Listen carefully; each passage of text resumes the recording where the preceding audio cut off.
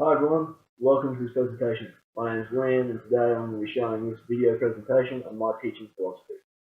Before I begin, it is important to remember that this is my current teaching philosophy and will ultimately change over time. My current teaching philosophy and pedagogy is based on student-centered learning and transformative teaching practices. According to Janet Moore, transformative teaching refers to the altering of previously used teaching pedagogies to adapt to an ever-changing society. Throughout this presentation, I will draw upon the works of philosophers to aid in further illustration of my teaching philosophy.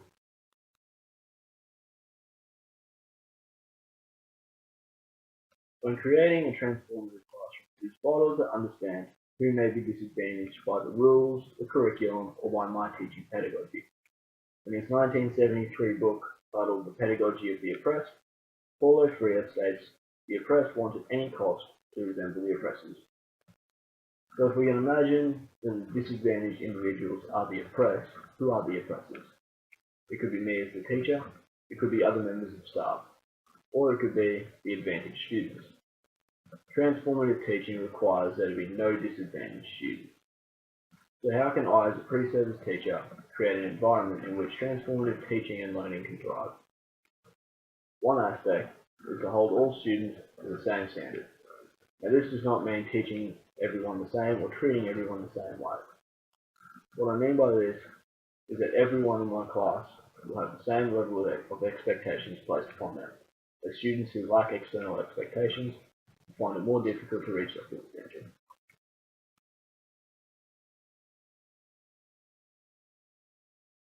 Another aspect of transformative teaching, which also relates to student-centered teaching, is the understanding that no two students are the same, and therefore no two students will learn the same way. Bell Hooks once said, "Educating is always a vocation rooted in hope." As teachers, we believe that learning is possible, that nothing can keep an open mind from seeking after knowledge and finding ways to know. To me, this says that every student I teach has the capability and the curiosity to learn new things.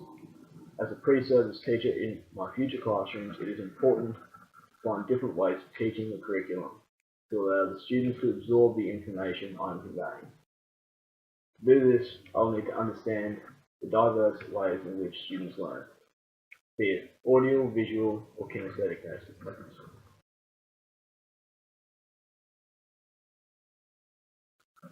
To create an environment where students feel free to learn, I must understand the diversity of students and appreciate that I may not be able to aid two students in the same way.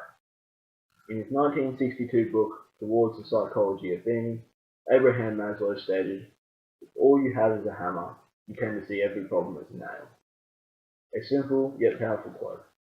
To me, this reiterates that every child is different, and consequently, I am unable to take a one-size-fits-all approach to my teaching practices. To me, this quote also takes on more levels of diversity than simply diverse learning. Diversity in culture, in gender, in language, in socioeconomics, in family structure, and in core values. Using Maslow's analogy of the hammer and nail, I've devised a physical representation.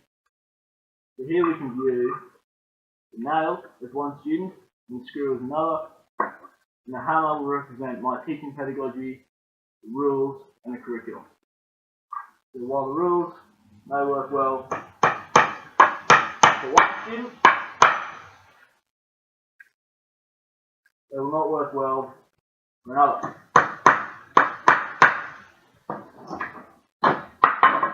This is why I need to change up my teaching pedagogy.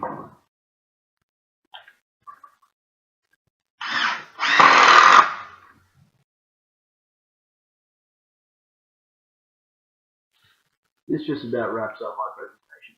But before I leave, I would like to finish on one of my favourite quotes of all time, by author Marianne Williamson. "Our deepest fear is not that we are inadequate. Our deepest fear is that we are powerful beyond measure. It is our light, not our darkness, that most frightens us." My final message today is of responsibility. As future teachers, it is our responsibility to be the change we wish to see in the world, because we have the power to do so. On that note, I'd like to thank you all for your attention. I hope you've enjoyed this presentation. Goodbye.